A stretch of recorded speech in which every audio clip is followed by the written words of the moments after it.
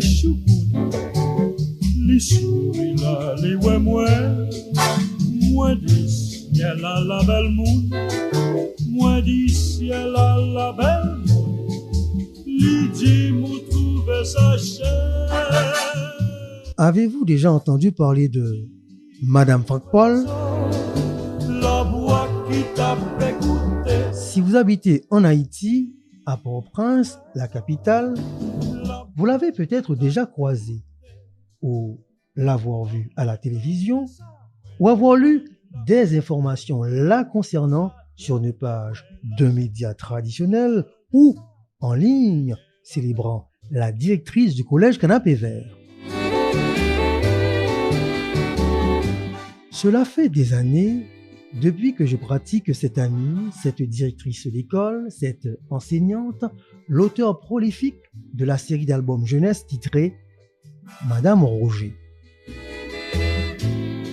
Quand je passe un instant avec Madame Franck Paul, c'est tout ce bouquet d'expériences mûries par des années que je rencontre. Comment cristalliser ces moments? Une œuvre audiovisuelle. Quel angle choisir? L'enseignante? La normalienne? La chercheure, auteur de manuels scolaires? La propriétaire de l'imprimerie et édition du collège Canapé Vert? La femme d'affaires consacrée l'entrepreneur de l'année par Digicel? L'ancienne mairesse de Port-au-Prince qui a été la première citoyenne de cette ville, tout de suite après le départ du président à vie Jean-Claude Duvalier. Et si l'on choisissait de parler de l'enseignante? Madame Franck Paul, une enseignante exceptionnelle.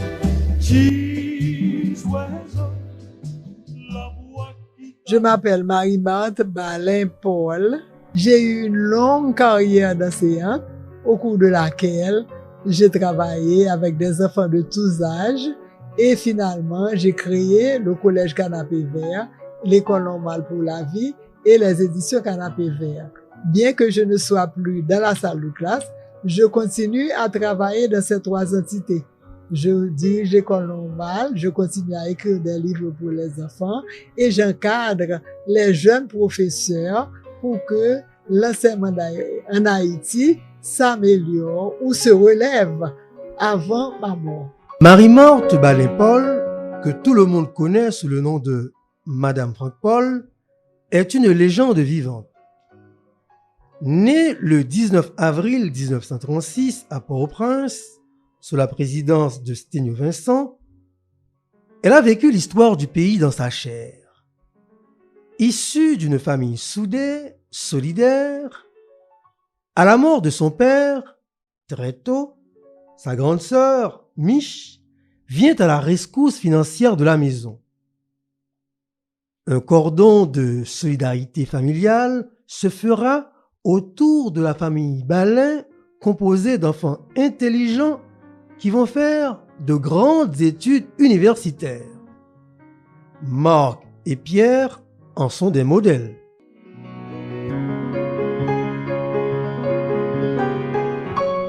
Quand j'étais enfant, il y avait, comme je te dis, mes frères et sœurs, mais à la maison, on avait aussi mes cousins et cousines, les Tassi, qui étaient les enfants de ma tante, la sœur de mon père. Elle était une veuve et elle avait 6 enfants. Alors, ma cousine Madeleine et moi, nous étions les Benjamines des 2 fratries. Et on jouait à la poupée, bien sûr, comme toutes les petites filles, mais surtout, on faisait des ribambelles de poupées en papier. On les asseyait en gradin et on faisait la classe. Alors, je ne sais pas si c'était une disposition naturelle ou bien un hasard. Donc, c'est ce que je veux dire. Mais à part ça, bon, j'étais comme tous les autres enfants.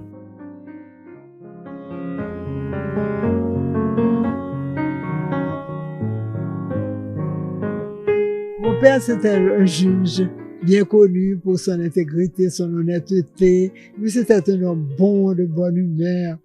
Et il était contre la violence, surtout la violence faite aux enfants. Et même dans le quartier, il surveillait tous les parents qui frappaient les enfants. Ma mère, c'était Stella Alma Alexis Balin. C'était une femme d'un grand courage et d'une grande sérénité. Elle ne se fâchait jamais et elle avait beaucoup d'autorité quand même. Et quand mon père est mort, elle a fait front parce qu'elle avait une passion, c'était la fine couture. Elle faisait des robes pour bébé avec de la dentelle valencienne, des chemises de nuit, mais toujours de la couture fine. Et tout le monde à la maison, même mes frères, savaient manipuler la machine à coudre, la machine Singer qu'on les appelait autrefois.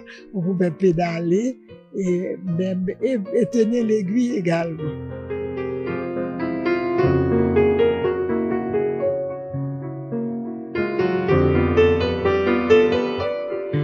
Les sages disent qu'on reconnaît l'arbre par ses fruits.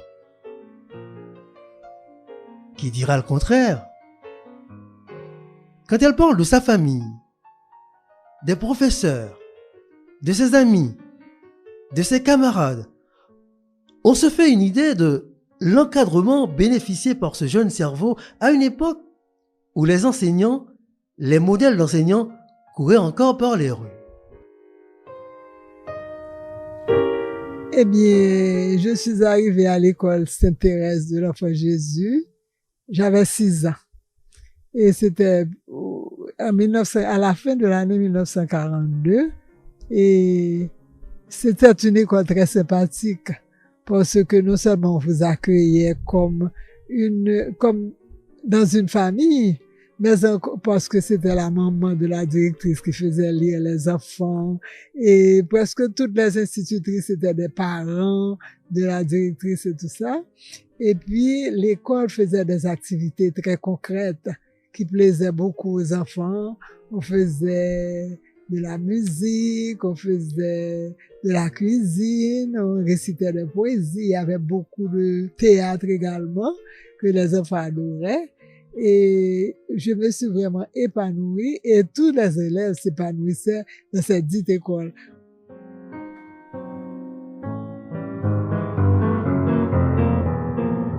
C'était une école de lauréats parce que tout le monde travaillait bien et moi-même vraiment je me suis bien plu dans l'école. On m'a sauté 2 fois de classe et vraiment à l'examen officiel de certificat qui à cette époque-là était un examen d'État. Je suis sortie lauréate pour Port-au-Prince. Après le certificat d'études, j'ai continué dans la même école, et dans ce qu'on appelait à l'époque les cours primaires supérieurs. Les professeurs qui m'ont marqué le plus, c'était d'abord Madame Circe Douillon, parce qu'elle était comme une étudiante parmi nous. Elle était un professeur de littérature et il y a des moments qu'on n'oublie pas. Et ensuite, il y avait aussi Lucienne Rameau-Leroy, qui était professeur de français émérite. Et on avait Sonia Théodore, qui était notre professeur de sciences, Olga Sanson, professeur de mathématiques. Il y avait quelques hommes aussi, comme Lucien Cantave, qui était un agronome. Et l'école était logée à Mantissan, où il y avait un campus, et on pouvait planter, récolter les légumes pour la cuisine et tout ça. Après l'école couronnée de succès, vient le temps d'apprendre une profession. La petite Marie-Marthe entrera dans l'enseignement comme on entre en religion. Et ce sera un vrai sacerdoce.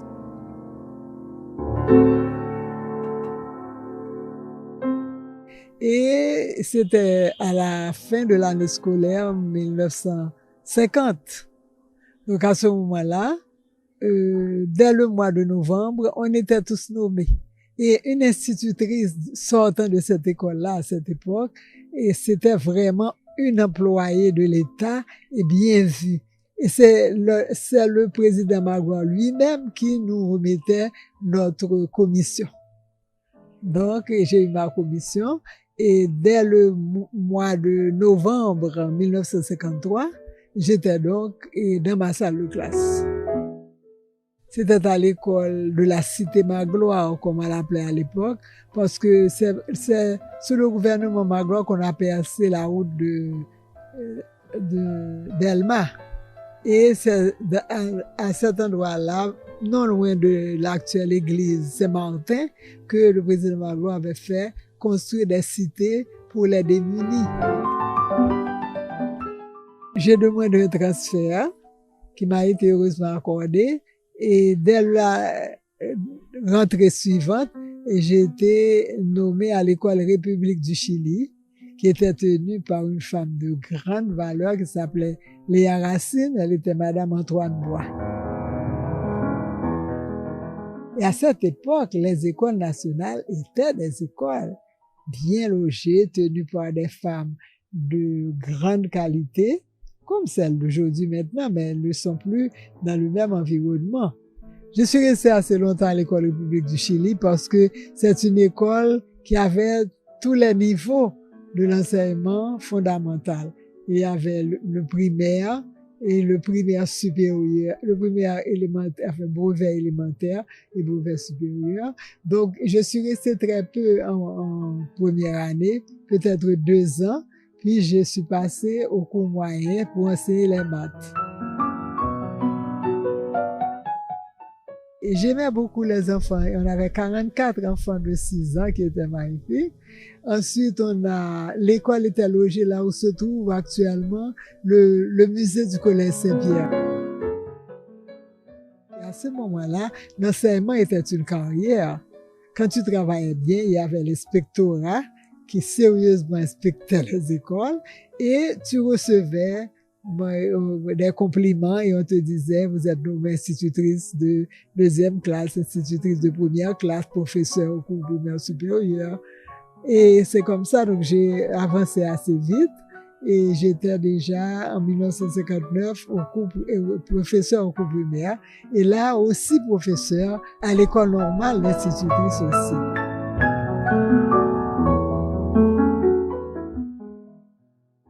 Elle fait l'école avec tellement de cœur, elle transmet le savoir avec tant de bienveillance que ceux qui ont eu la chance de la voir à l'œuvre ou tout simplement de l'avoir côtoyée témoignent en termes chaleureux de cette enseignante infatigable, si dévouée et toujours prête à donner le meilleur d'elle-même.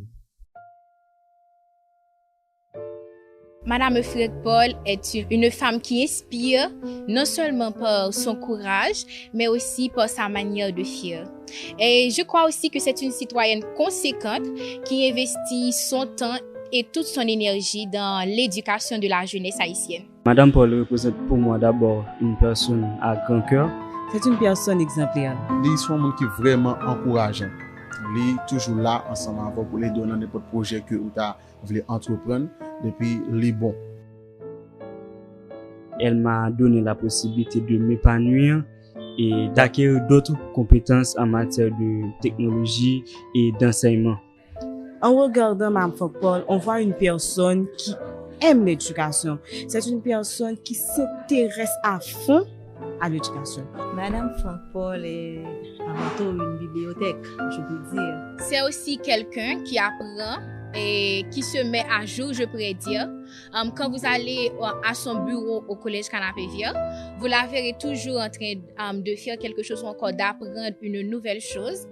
Et aussi, elle a toujours de nouveaux projets. Pour Mme Paul, l'éducation, c'est la base de la société. Décidément, Mme Frédéric-Paul est un patrimoine national, une boule d'énergie qui inspire.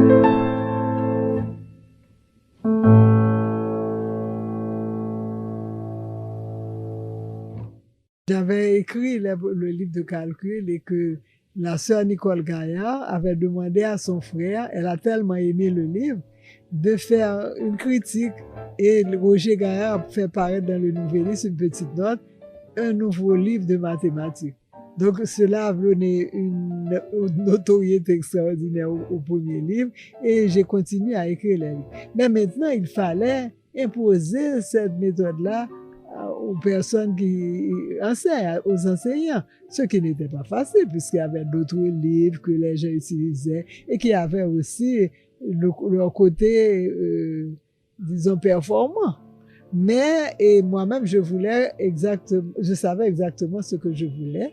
Alors je me suis dit, bon, puisque je ne peux pas imposer ça aux autres, je vais essayer de fonder une école pour appliquer ce que moi je veux faire.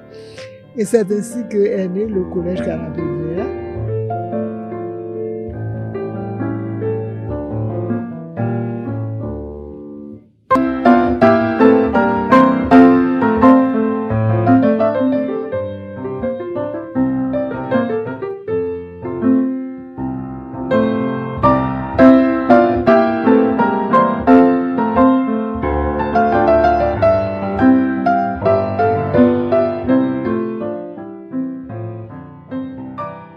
Le tremblement de terre du 12 janvier 2010 sera un désastre, un choc effroyable pour Haïti. Ce jour funeste n'a pas épargné l'œuvre que Madame Franck Paul et son mari ont construit avec patience. Le 12 janvier 2010 a été un choc épouvantable. On a perdu 300 000 personnes, dit-on, dans la ville de Port-au-Prince, mais nous autres, nous avons été particulièrement frappés. D'abord, moi-même, dans la famille, on a perdu tout ce qu'on possédait, soit à Léogane ou ici, comme biens meubles et immeubles. Et ensuite, à l'école du Canapé Vert, heureusement que c'était l'après-midi, les enfants étaient déjà parus, mais malheureusement, c'était aussi la FIA, l'école normale qui travaillait, et la FIA, formation initiale accélérée, c'était des professionnels, plus d'une centaine, que le ministère nous avait confiés en formation pour devenir des maîtres suivant leur discipline. Toutes ces personnes-là, vraiment, ont été massacrées par cette secousse et cela reste dans les annales de l'école une page toute sombre. En un jour, la directrice du Collège Canapé Vert a pu voir détruire l'ouvrage de sa vie. Comment va-t-elle se relever? Comment faire front après un tel choc? Très peu de temps. Parce que quand on a un problème, il faut faire front, il faut se relever. Il y a un proverbe créole qui te dit « de l'eau nagée par remède ». Ça ne te guérit pas. Tu n'as pas besoin de te plaindre, de te lamenter. Ça ne va pas t'apporter de solution. La solution, c'est se mettre debout et essayer de continuer la route. Et c'est ce que moi-même, j'ai essayé de faire.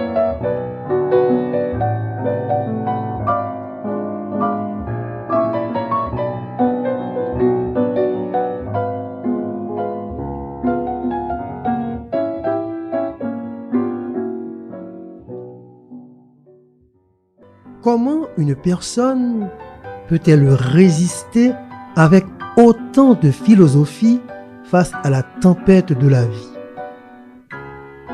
Madame Franck Paul a du ressort pour rebondir. À 86 ans, elle est toujours sur la brèche et continue de transmettre le meilleur d'elle-même. Elle a la foi dans son pays et cette foi a pour base ce qu'elle a vécu au bon vieux temps en Haïti. Haïti, c'est un paradis transformé en enfer. Parce que quand j'étais enfant, moi-même, j'étais au paradis. Comme je te dis, on pouvait aller n'importe où, à n'importe quelle heure. Naturellement, il n'y avait pas toutes les infrastructures qu'on aurait souhaité. Mais on pouvait se déplacer, on était heureux, on avait des amis, on pouvait aller en province. Et avec l'arrivée du Marcel Ciné au pouvoir, Haïti a connu un moment extraordinaire, un moment lumineux, on peut dire. Il a eu l'idée de fêter le bicentenaire de la ville de Port-au-Prince et d'organiser ce qu'on appelle l'exposition internationale.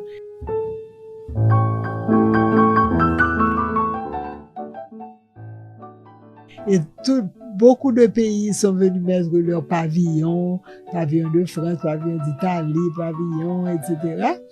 Et beaucoup d'artistes ont produit des œuvres extraordinaires. Beaucoup d'artistes de la Caraïbe et même d'ailleurs sont venus et à Port-au-Prince, Daniel Santos, un Cubain qui dansait, il y avait Marian Anderson, la plus grande soprano de l'époque américaine, elle était venue en Haïti.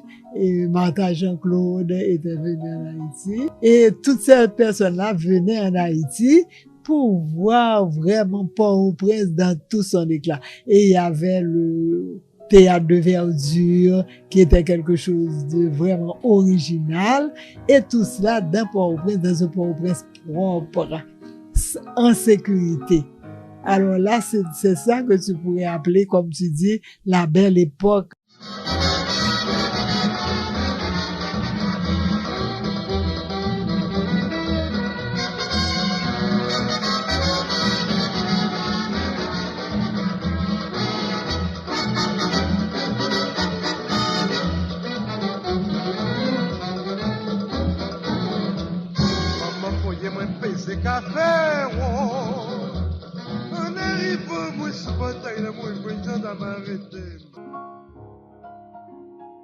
Et maintenant, nos artistes, tu vois dans tout ça, par la petite seulement, il y avait Luman Casimir qui avait ici dans Haïti. Tout le monde connaissait la voix de cette femme. Voilà. Et puis ensuite, les peintres, tous nos peintres étaient connus. Philomé Aubin, que Madame Kennedy était venue spécialement voir en Haïti avec la Citadelle.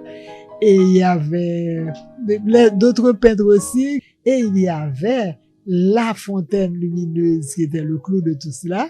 C'est une fontaine, tu sais, qui l'eau jaillissait au rythme de la musique. Moins fait là, you belle petit pays qui payait la mer des Antilles.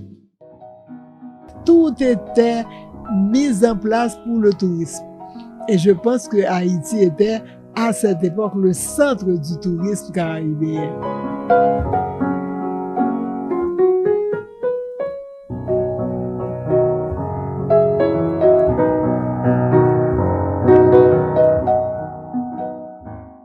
À écouter avec attention Madame Franck Paul, assise dans son jardin et parlant du bon vieux temps et de l'enseignement en Haïti, je me pose la question.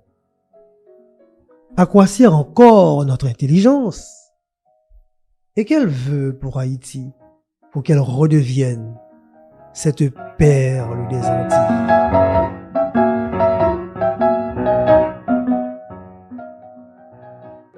Nous sommes un peuple de gens intelligents, mais toutes ces intelligences sont perdues puisque on ne leur offre aucun aliment, on ne donne pas une école valable à nos enfants. Jusqu'à présent, on te dit qu'il y a 40% d'enfants qui ne vont pas à l'école. Et les enfants qui vont à l'école, ce sont des écoles le plus souvent qu'il est des natures. Alors moi-même, je pense, c'est pour cela que je ne dis pas que j'ai trouvé la solution, mais j'essaie d'apporter ma pierre.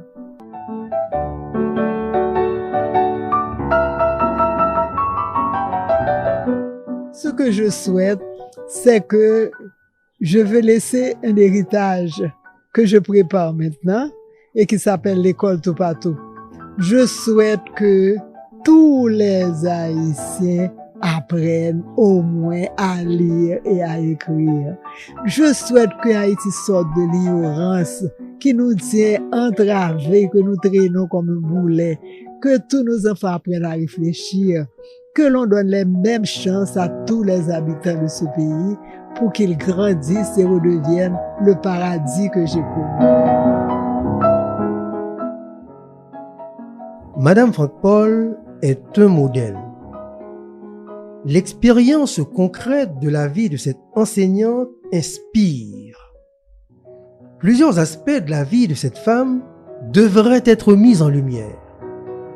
Cette vidéo s'est cantonnée dans la dimension de l'enseignante, la directrice du collège Canapé Vert, en attendant d'autres volets de la vie de cette enseignante exceptionnelle.